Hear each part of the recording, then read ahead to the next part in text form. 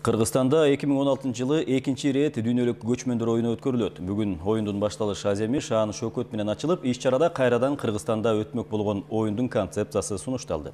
Самалыкка кабарчыбыз Уланбек Дыйканбаев күбө болуп келди. Бүгін Бишкекте көчмөндөрдүн экинчи оюну старт алып, ага карата майрамдык салтанаты уюштурулуп, оюнду өткөрүүнүн концепциясынын бете чары болуп жатат. Кыргызстанда экинчи ирет болчу көчмөндөр оюнун өткөрүүнүн жолдору менен таанышууга бир нече мамлекеттен атайын өкүлдөр жана Кыргызстандагы белгилүү адамдар чогулган.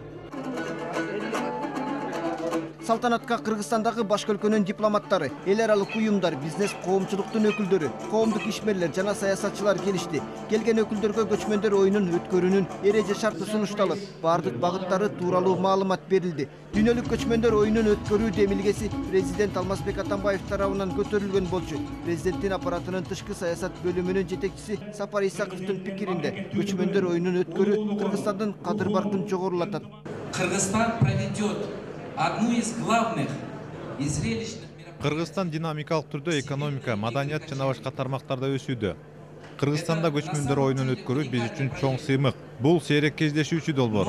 Муну жакшы уюштурсак, Кыргызстан үчүн мыкты имидж алып келет. 2014-жылы Ысык көлдө өткөн оюнга 19 мамлекеттен 400дөн ашык спортчу катышкан. Көчмөндөр оюну көпчүлүктү кызыктыргандыктан кезектеги көчмөндөрдүн спорттук таймашына келе турган өлкөлөрдүн саны көбөйгөн.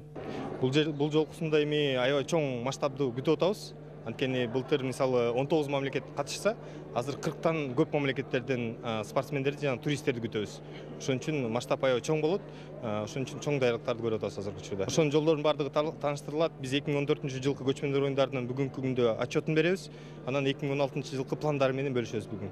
Көчмөндөр оюну глобалдашуу доорунда ата-бабалардан мураска калган улуттук идеологиялардын чыйырын улап, улуттук көрөңгүбүздү келечек муундарга мыктап жеткирүү үчүн уюштурулган. Уланбек Дыйканбаев, Бектазар Шерманбетов, Коомдук 1 канал.